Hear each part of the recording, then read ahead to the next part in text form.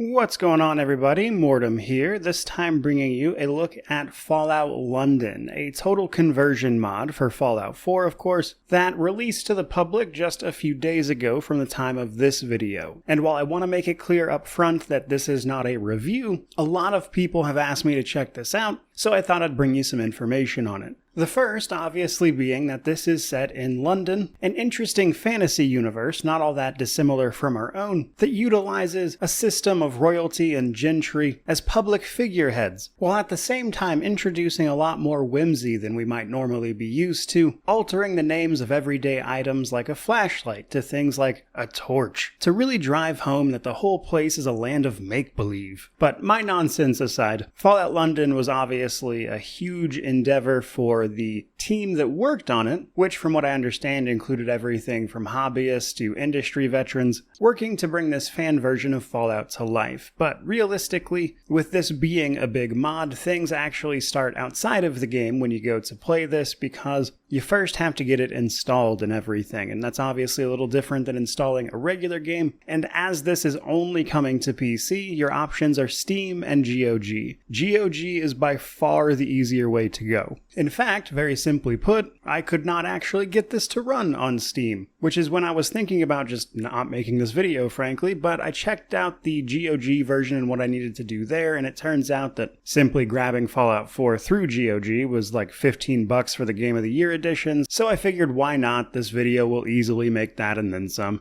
But the reason I was having so much trouble with the Steam version is that you need a very specific version of Fallout 4 to actually play this mod, which is the version right before the next-gen update, which means if you're on Steam, you have to downgrade your version. And while the makers of Fallout London have provided a tool to do that, at the time of this video at the very least, I could not get that to work, which is why I had to default to GOG. Over on GOG, the storefront actually has a setup for the game itself, and their Fallout 4 Game of the Year version is the version you need, so you just install that and then run the Fallout London launcher, and it will install everything you need, and thus becomes how you can play the game. So as much as I prefer Steam personally to everything else, GOG is really the way to go for this specific thing. But let's dive into it from there. What is this mod all about? What can you expect? Well, when you fire up a new game, you'll quickly find yourself in a vat of some sort, facing two scientists discussing whatever it is they were testing on you, before the place is attacked, which ultimately cracks your tank open, right after character creation. Character creation is essentially the same as it is in Fallout 4, so you have some options there, but afterwards you'll find yourself breaking out of the vat you were in and proceeding through what this uses as a tutorial, introducing you to things like the version of the Pip-Boy at play here, which acts more as a little tablet/tape recorder, but otherwise performs all the functions of a Pip-Boy in the normal game. After this, you'll finish escaping the lab, fighting off new monsters, before making it out into London proper. And this is done by riding a train which ultimately crashes, and upon awaking from that crash, you're hit with a few status effects in the form of injuries to your character that both reduce your damage done and increase the damage you take in combat, with your first few story goals being about getting rid of these things. Basically by finding a doctor and learning more about your situation and why you were a lab rat down there to begin with. You quickly get a few answers and leads though as you run across the people who attacked the lab very quickly, which is a local gang and representatives of one of the factions that you can interact with here, and they give you your basic lead-ins to the main story. To investigate a nearby town of Thamesfolk, as they call them, which we'll get to in just a second, and then doing some work for them specifically, as they were the ones that raided the lab, so obviously they have some information. But they got some of that information from somebody who lives in the village they also directed you to. And then from there, you go about exploring all these different avenues and trying to figure out why you were in that lab and where to go from there, essentially. Which is about as much as I want to say for the story for the people who would like to experience it for themselves. And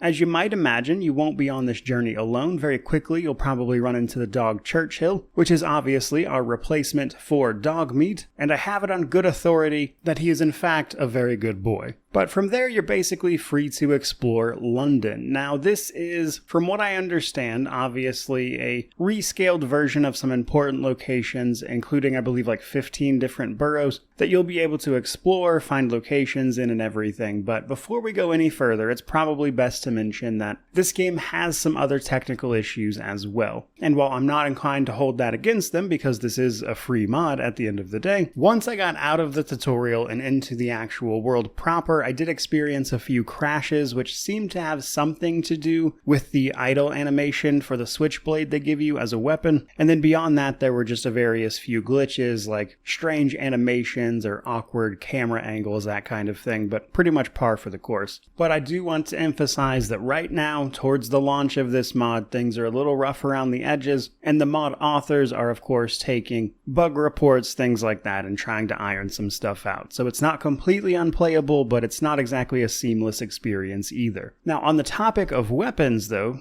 mentioning that switchblade, there are a lot less guns in this particular mod as compared to the regular games. That's an intentional design choice. They just wanted to focus more on the melee side of things, but it's far from the only change that we get with the change of scenery. To include things like the fact that a lot of what happens in Fallout is of course relegated to the US, which means corporations that only existed there, for instance, don't exist at all in Fallout London, which gave them the opportunity to mess around with other factions and the like. The one we escaped from, Angel, the gangs will run across, the gentry, which are effectively ruling what is left of London, which has, thanks to the resource wars of the rest of the post-apocalypse here, largely just fighting over what scraps they can in the city before we get involved. But probably my favorite thing about this experience was coming across the Thames folk. These are effectively deep ones from Lovecraftian horror. They have been mutated by radiation, of course, effectively into a brand new species. And not unlike ghouls, thanks to their appearance, they're not exactly welcomed by everybody else. But they aren't outwardly hostile most of the time either. So basically, if you can get this game running and it's not giving you too many problems, I think there's a variety of interesting things to explore and check out. Now, as this is a total conversion mod that does even touch upon things like leveling up, so this scraps the perk system more or less from the base game of Fallout 4 and introduces something more akin to Fallout 3 and New Vegas's perk system, alongside things like traits as well. So even if you're very familiar with Fallout 4, in theory, some of these changes to progression might also give you something to play around with. Progression you might just want to realize as you seek to fight off brand new enemies, to include things like giant leeches, rad shrews, a version of Mirelurks called a Middenlurk, and a few others to be sure, which I think is just about everything I want to highlight for the sake of this video in particular. And while there are a few nitpicks I would say I have, considering that this is once again a free mod, I think those are relatively easy to overlook. The only thing I would be cautious about is that, again, people are having performance problems and bug issues, etc., which are likely to hopefully get addressed over time. So all in all, on one hand, this is a giant mod that was clearly made with care and passion, even if it is a little buggy right now, that offers a very unique way to play this game. But on the other hand, I'm honestly pretty curious how people will receive a game that doesn't have a lot of the trademarks of the Fallout franchise, even if it is just in this mod form, given that it's trying to effectively take a look at what Fallout would be in another part of the world. So over the long term, I'm just curious to see how the public conversation around that develops and changes. But speaking purely from a realistic standpoint, I imagine just the steps it takes to install this on top of some of the initial launch issues will have created a somewhat difficult barrier of entry for at least a fair few people, so that's something to keep in mind. I think that's pretty much where I'm going to wrap this one up. I certainly hope you enjoyed this video. If you did, don't forget to like, comment, subscribe, all that YouTube jazz. But regardless of any of that, truly, just thank you so much for watching. I really do appreciate it. May you wander in wisdom and have an amazing day.